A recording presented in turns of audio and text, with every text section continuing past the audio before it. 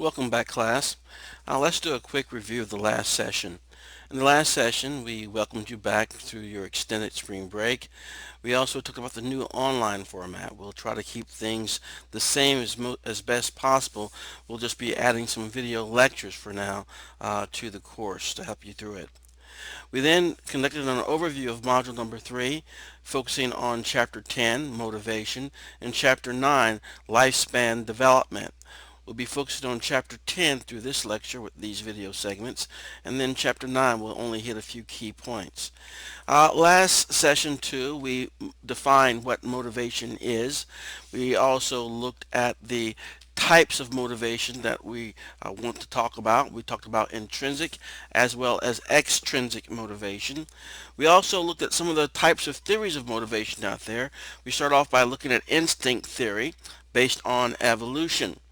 We then looked at the details of drive reduction theory, how a physiological need influences our psychology that then entices us to behave in certain ways in order to meet the biological need that we have, be it for food or for thirst. And then we talked basically about the physiology of hunger, discussing the basic idea that our hunger comes from a variety of sources, our feeling of hunger, not just our stomach. And we understand even when you have your stomach removed, people still can experience some hunger. So that's where we left off last class. So let's go ahead and start talking about now one particular issue, and that is the body talks back to the brain. So the hypothalamus sends out appetite stimulating hormones, and later after eating sends out appetite suppressing hormones. So this brain structure, which we've talked about several times already, has a key role in determining our hunger as well as our eating behaviors. So hormones travel from various organs of the body back to the brain to convey messages that increase or decrease our appetite. In a previous lecture, we talked primarily about how drugs influence the body as well. Some of these hormones are going to be influenced by the intake of certain substances like THC, which is delivered to you in cannabis or pot, and it sends a signal to the body and the brain saying that we're still hungry. And that's where munchies and how munchies are sort of developed based on the consumption of that particular substance. Another issue that is of importance here deals with our weight. Of course, when we eat and our eating habits will determine to some extent what our weight looks like. So we want to talk real quickly here about regulating weight. When a person's weight drops or increases, the body responds by adjusting hunger and energy used to bring weight back to its initial stable point. And that's the key idea. Stable points. Most mammals, without consciously regulating, have a stable weight to which they keep returning. This is also known as the set point. You can think of it as a weight thermostat in a sense. This weight thermostat has a lot to do when it comes to our weight regulation. A person's set point might rise with age or change with economic or cultural conditions. Therefore, this set point of stable weight is more of a current but temporary settling point. So for a variety of reasons, a person's set point, the stable weight the body keeps returning to, drifts from a healthy weight. Those who become overweight develop new set points that is now hard to shift. So as we become overweight, a new set point has been established. The body says, this is the weight where I like to be. So once the set point has shifted, metabolism shifts to maintain it. Your resting metabolism slows, so you're not burning up food anymore. Starving to lose weight slows the metabolism further. So your body is sort of fighting you. Now remember, metabolism is the rate at which we get rid of unused energy, so to speak. Some people may eat a donut in the beginning of the morning and they gain weight. Their metabolism is going really slow. Someone whose metabolism is much more efficient and running higher, that donut goes away. It doesn't develop into fat. So hunger kicks in when weight goes below the new set point. So you diet, you lose weight, and then your body says eat more because it wants to get back to its established set point. It is sort of always fighting you. Because the body works this way, it's thus easier to stay lean than become lean because you have to battle your set point in order to get a handle on your weight. Taste preferences also play a role, and we develop these in a variety of ways. Some taste preferences are universal. For example, carbohydrates. They temporarily raise levels of serotonin, reducing stress and depression. Recall we talked about serotonin a couple of times already, that neurotransmitter which has been mostly associated with mood maintenance. So when you are somewhat depressed, you've had a really bad day, it's obvious that we seek out comfort foods or we eat a half gallon of ice cream. Basically, the carbohydrates are temporarily raising our levels of serotonin so we feel less stressed and less depressed. Other tastes are acquired and become favorites through exposure, culture, and conditioning, meaning basically that we learn to like the foods that we were raised with, the foods that are part of our culture. We can become conditioned to like them and to consume them. So basically, different cultures encourage different tastes. Some cultures find these foods to be delicious, like reindeer fat and berries or roasted guinea pig. So a lot of it will depend basically on what culture you have been raised in. Biology, evolution, and taste preferences. Differences in taste preferences are not arbitrary.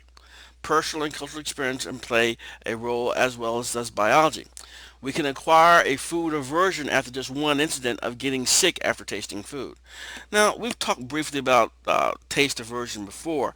What it comes down to, if you go to a restaurant of a type of cuisine you've never experienced before, and then you get sick, you can relate that sickness to the new food that you ate, and you will avoid that food in the future. But if, let's say, you've eaten loads of hamburgers in your life, and then you go get a bad hamburger out of this restaurant, it makes you sick, you may stay away from it for a bit, but you may go back to it because you have so many other positive experiences with hamburgers. Of course, you don't have this in play when we're talking about a novel food that you've never experienced before. Therefore, the taste aversion food aversion may be a little bit more solid because you don't have that many experiences to counteract the bad experience. Also, it is adaptive in warm climates to develop taste for salt and spice, which preserve food. There's research that demonstrates that in hotter temperatures around the world, places where the temperatures are usually very hot, they use a lot more spices. They use more spices because these spices normally will have these bacteria inhibiting factors so that you're less likely to get sick if you're utilizing certain spices in warm climates. We also can see the development or developing the taste for salt too. For example, in the southern region, we have country ham. Ham usually has a lot of salt. It's preserved by salt. If you go back a few hundred years, you realize the issue is this. In really warm climates, and we didn't have refrigerators, in order to store food, we had to salt it. That preserved it for us. But in climates where it doesn't get warm at all, you'll probably see a lot less preference for salt on the food. So again, we see how our biology, our evolution, our cultural experiences can sort of shape what our preferences for food may be. So disliking new taste or neophobia may have helped to protect our ancestors. So when things are too new and we don't have experiences with them, we don't know what to expect. Therefore, we may try to avoid new foods because we don't have the experiences. Now, obviously, this may not be the case today, but in the past, it was a significant thing. Our ancestors probably wanted to avoid things they were not really certain of. They didn't have the experience in order to deal with it. Eating also depends in part on situational influences. First, we have social facilitation. Research demonstrates that the presence of others tends to enhance our typical eating habits. So if we tend to eat a little bit more when we're around our friends, we may eat a lot more. If we tend to be a nibbler and don't eat so much, when we're around our friends, we may tend to eat even less. So the notion is the presence of others when we're eating does have an impact on our eating behavior. We also have unit bias or serving bias. The idea here is we may eat only one serving or unit, scoop, plateful, or bunful, but we'll eat more if the serving size is larger. So what this basically means, when you get something upsized, it sort of entices us to eat more and maybe even go back for that second helping. So we see social facilitation, friends and family, being around those, unit buys, the serving size will have an impact on our eating behavior as well. In addition to that, we have the buffet effect. We eat more if more options are available. Case in point, when we have a large variety of foods, like at a buffet, we tend to eat more than we normally do. So what we've seen so far is that there are a lot of influences on our behavior, on our eating behavior. We have the biological influences, the hypothalamus, appetite hormones, stomach pains, the weight set and settling point. We have the psychological influences, sight and smell of food, variety of foods available, the last time we have a memory of our last meal. And then we have the social cultural influences, culturally learned taste preferences, responses to cultural preferences for appearance. All of these have an influence on our eating behavior.